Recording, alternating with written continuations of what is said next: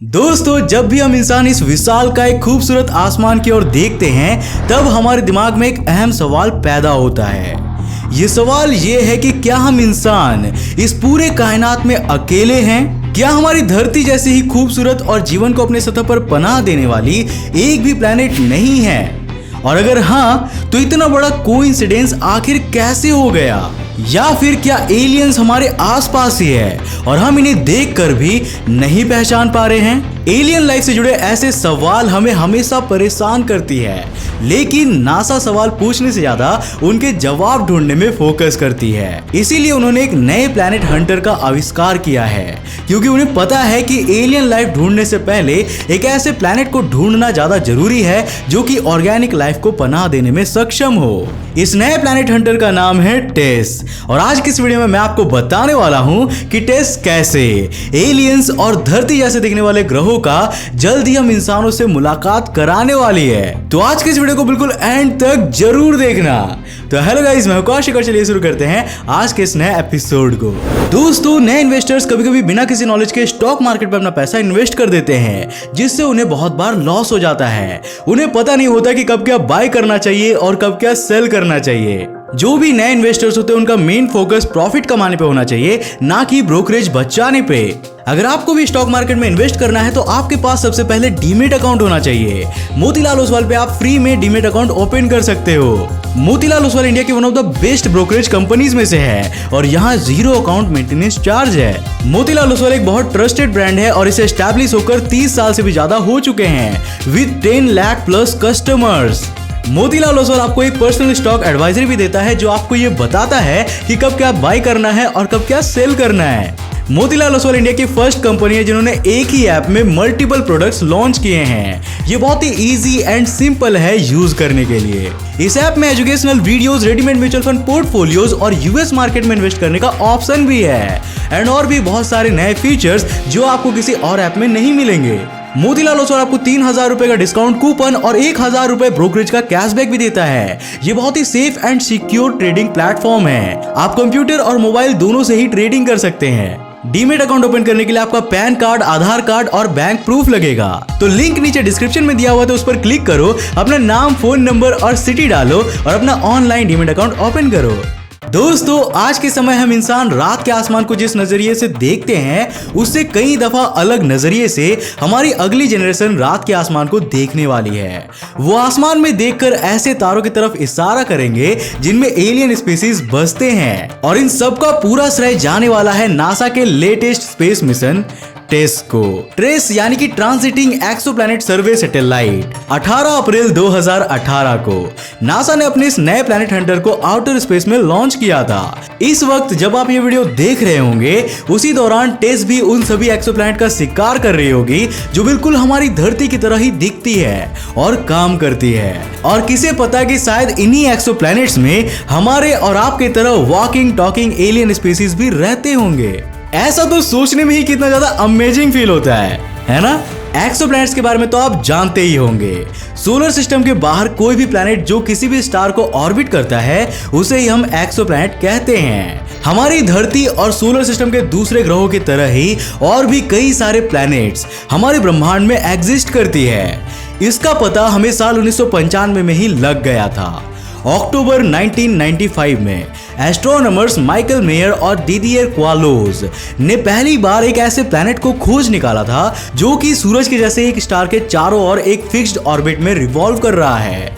यानी कि उन्होंने इतिहास के सबसे पहले एक्सोप्लैनेट को खोज निकाला था। ये एक्सोप्लैनेट स्टार पेगासी 51 के चारों ओर ऑर्बिट कर रही है। अगले 15 सालों तक एस्ट्रोनॉमर्स को इन एक्सोप्लैनेट्स की अच्छे से जानकारी लेने में ही बीत गई, और उसके बाद ही हमने एक्सोप्लैनेट्स की डिस्कवरी करने की स्ट्रेटेजी बनाई। फरवरी 2011 में नासा की the famous Kepler space telescope ने 1300 नए एक्सोप्लैनेट्स को ढूंढ निकाला था। इससे हमें ये बात समझ में आई कि ऑन एन एवरेज हर एक स्टार को कम से कम एक एक्सोप्लैनेट तो जरूर ऑर्बिट कर रही है। आज तक एस्ट्रोनॉमर्स कुल मिला के टोटल 3700 एक्सोप्लैनेट्स को आइडेंटिफाई कर पाए हैं, जिनमें से ज्यादातर तो केपलर स्पेस टेलीस्कोप की ही देन है। केपलर स्पेस मिशन इतना ज्यादा सक्सेसफुल था कि उसने अपने फॉलो अप मिशन K2 के लिए भी काफी सारा डेटा इकट्ठा कर लिया था। लेकिन दुख की बात यह है कि केपलर का ईंधन धीरे धीरे खत्म हो गया और फिर फाइनली 15 नवंबर 2018 को इसे डीएक्टिवेट कर दिया गया था। केपलर मिशन की बहुत बड़ी खामी ये थी कि इसका डिजाइन स्पेस के सिर्फ एक छोटे से हिस्से को एक्सप्लोर करने के लिए बनाया गया था। ऊपर से केपलर ने जो भी एक्सोप्लैनेट ढूंढ निकाला था वो सारे धरती से इतनी दूरी पर स्थित है कि हमारे धरती के सबसे पावरफुल स्पेस टेलीस्कोप का इस्तेमाल करके भी इनकी जांच करना काफी मुश्किल है। फिर भी काफी सारे एक्सोप्लैनेट्स जैसे कि सुपर अर्थ, जुपिटर के जैसे गैस जायंट्स और यहां तक कि जलते हुए आग की तरह के गोले, इन सब को ढूंढने का श्रेय केपलर स्पेस टेलीस्कोप को ही जाता है। और केपलर के इन्हीं खामियों को कम करने के लिए ही आया है टेस के प्रधान इन्वेस्टिगेटर जॉर्ज रिकर, जो MIT के एक विशेष एस्ट्रोनॉमर है। उनके मुताबिक टेस धरती के करीबी एक्सोप्लैनेट्स पर ज्यादा फोकस करने वाली है ताकि हमारी टेलीस्कोप्स उनको ज्यादा बारीकी से स्टडी कर पाए। टेस के अंदर टोटल 4 कैमरास लगे हुए हैं जो किसी भी दूसरे स्पेस टेलीस्कोप के मुकाबले आसमान के 85% हिस्से को कैप्चर करेगी।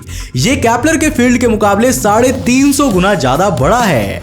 मजे की बात तो यह है कि टेस के जरिए केवल एक्सोप्लैनेट्स को ही नहीं बल्कि और भी दूसरे ऑब्जेक्ट्स को भी आइडेंटिफाई किया जाएगा, जैसे कि स्टार्स, टाइप 1A सुपरनोवास और भी दूसरे ऑब्जेक्ट्स। केपलर स्पेस टेलीस्कोप अभी तक केवल 1.5 लाख स्टार्स को एक्सप्लोर कर पाई है और टेस के इस्तेमाल से हम इससे भी ज्यादा स्टार्स को एक्सप्लोर कर पाएंगे। अब बात करते हैं कि टेस आखिर कैसे अपने काम को अंजाम देगा।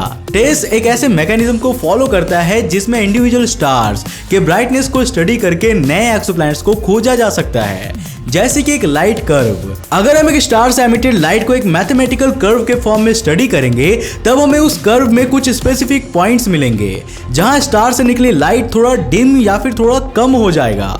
यानी कि ये पॉइंट्स हमें ये बताएंगे कि कोई एक्सोप्लैनेट स्टार को ऑर्बिट कर रहा था और स्टार से एमिटेड लाइट को ब्लॉक कर रहा था। उसी समय टेस ने उसको कैप्चर कर लिया। टेस के द्वारा कैप्चर किए गए इसी डेटा के सहारे हम उस एक्सोप्लैनेट का मास, साइज और वॉल्यूम जैसे फिजिकल पैरामीटर्स भी स्टडी कर सकते हैं। लेकिन यहाँ दिक्कत ये है कि टेस के पास अपना खुद का स्पेक्ट्रोस्कोप नहीं है। स्पेक्ट्रोस्कोप एक ऐसा इंस्ट्रूमेंट है जिससे हम लाइट के स्पेक्ट्रम को स्टडी कर सकते हैं। यही कारण है कि टेस के कलेक्टेड डेटा को स्टडी करने के लिए हमें 2 तरीके के वैज्ञानिकों की जरूरत होगी। नासा के गोडार्ड स्पेस सेंटर के अहम एस्ट्रोबायोलॉजिस्ट डोमागेल गोल्डमैन के मुताबिक एक्सोप्लैनेट रिसर्चर्स 2 कैटेगरीज में बांटे जा सकते हैं। एक वो जो प्लैनेट डिस्कवरी, कैटेगराइजेशन और ऑर्बिट स्टडी करते हैं और दूसरे वो हैं जो स्पेक्ट्रोस्कोपी और लाइट कर्व के मदद से एक्सोप्लैनेट के एटमॉस्फेयर की जांच पड़ताल करते हैं। अगर किसी प्लैनेट के एटमॉस्फेयर में हमें ऑक्सीजन और मीथेन की मात्रा ज्यादा मिल जाए तो हम उस एक्सोप्लैनेट को फर्दर एलियन लाइफ प्रोस्पेक्ट के लिए लॉक कर सकते हैं। टेस अपने प्लैनेट हंटिंग मिशन के लिए ऐसे स्टार्स को टारगेट कर रहा है जो कि हमारी धरती से काफी करीब है और केपलर के एक्सप्लोर्ड स्टार्स के मुकाबले 30 से 100 गुना ज्यादा ब्राइट है। इसीलिए टेस के ट्रेजेक्टरी को ऐसे डिजाइन किया गया है ताकि वो एक बहुत ही कॉम्प्लेक्स और इलिप्टिकल ऑर्बिट में ट्रैवल कर सके। ऊपर से इसका ट्रेजेक्टरी बहुत ही हाई है। इन सब का फायदा ये होता है कि केपलर के मुकाबले टेस 400 गुना ज्यादा एरिया को कवर कर पाता है। ऑर्बिट हाई होने की वजह से धरती या फिर चांद की परछाई टेस के लाइट कर्व्स में कोई डिस्टरबेंस नहीं कर सकते। टेस चांद की ग्रेविटी का इस्तेमाल करके अपनी ट्रेजेक्टरी को ऐसे मेंटेन करता है कि उसका फ्यूल कंजम्पशन भी काफी घट जाता है। यानी कि ये सिर्फ एफिशिएंट ही नहीं बल्कि काफी इकोनॉमिकल भी है। हम सालों से दूर दूर के स्टार्स और गैलेक्सीज में एलियन लाइफ की खोज करने की कोशिश कर रहे हैं, लेकिन शायद ये एलियन लाइफ हमारे मिल्की वे गैलेक्सी के ही किसी एक्सोप्लैनेट में मौजूद है जिसे ढूंढने में टेस हमारी मदद कर सकता है। यानी इतने दिनों से बगल में छोरा और हम शहर में ढिंडोरा पीट रहे थे। अपना एक ऑर्बिट कंप्लीट करके टेस हर 2 हफ्ते में जब धरती के करीब आता है तब पिछले हफ्तों से कलेक्टेड डेटा को 100 मेगाबिट्स पर सेकंड के स्पीड से ट्रांसमिशन सिग्नल्स के थ्रू धरती तक भेज देता है। हर 30 मिनट में ये ओरायन कॉन्स्टेलेशन के साइज का एक बड़ा सा फुल फ्रेम इमेज कैप्चर करता है। अपने प्लान किए गए 2 साल के मिशन में टेस ने अब तक 20 मिलियन से भी ज्यादा स्टार्स से डेटा कलेक्ट कर लिया है। जिस डेटा को इस्तेमाल करके हमारे एस्ट्रोनॉमर्स एक्सोप्लैनेट्स और उनमें छुपे एलियन लाइफ की गुत्थी को सुलझाने की कोशिश कर रहे हैं। लाइट सेंसिटिव होने की वजह से टेस्ट ना सिर्फ स्टार्स और एक्सोप्लैनेट्स बल्कि दूसरे फेनोमेना जैसे कि gamma ray bursts, supernova explosions और यहां तक कि किलोनोवा एक्सप्लोजन्स भी, जी हां, किलोनोवा एक्सप्लोजन्स को भी कैप्चर कर सकता है। किलोनोवा एक ऐसा एक्सप्लोजन है जहां हाई एनर्जी बाइनरी सिस्टम्स जैसे कि दो ब्लैक होल्स या फिर दो न्यूट्रॉन स्टार्स एक दूसरे से टकराकर तबाह हो जाते हैं, बिल्कुल एक सुपरनोवा एक्सप्लोजन की ही तरह। लेकिन डिफरेंस सिर्फ ये है कि किलोनोवा में मामूली स्टार्स शामिल नहीं होते बल्कि विशालकाय ब्लैक होल्स और न्यूट्रॉन स्टार्स का कोलैप्स हो जाता है।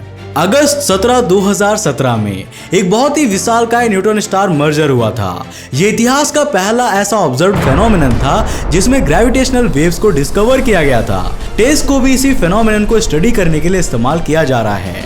यानी कि टेस्ट केवल एक प्लैनेट हंटर ही नहीं है बल्कि यूनिवर्स में होने वाले सारे अमेजिंग फेनोमेनन को स्टडी करने के लिए हमारा सबसे बड़ा हथियार भी है। एक दिन ऐसा भी हो सकता है कि टेस्ट से कलेक्ट किए गए डेटा से हमें एलियन लाइफ के सबूत भी मिल जाए और हम अपने स्पेसक्राफ्ट को ऐसे स्टार्स और एक्सोप्लैनेट्स में भेज पाएंगे जिससे एक दिन ह्यूमंस और एलियंस का कांटेक्ट भी संभव हो पाएगा।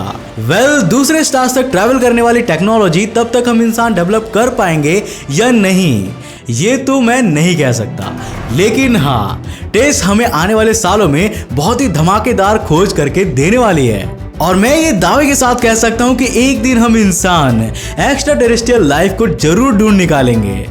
वैसे आप क्या सोचते हैं इसके बारे में, मुझे नीचे कमेंट करके जरूर बताना। आई होप कि आपको आज का वीडियो जरूर पसंद आया होगा और आपको इससे कुछ नया जरूर सीखने को मिला होगा। अगर हाँ तो इस वीडियो को लाइक करना तो बनता है मेरे यार, तो इस वीडियो को लाइक करो और अपने फ्रेंड्स और फैमिली के साथ शेयर करो। अगर आपने अभी तक हमें इंस्टाग्राम और फेसबुक पे फॉलो नहीं किया तो कर क्या रहो यार, फेसबुक पे जाके फॉलो करो और इंस्टाग्राम पे भी जाके फॉलो करो। अगर आप नए हो इस चैनल पे तो इंटरेस्टिंग वीडियोस के लिए चैनल को सब्सक्राइब करने के साथ साथ नोटिफिकेशन बेल को ऑन कर देना ताकि आप देख सको हमारे वीडियो सबसे पहले। तब तक के लिए बाय, जय हिंद।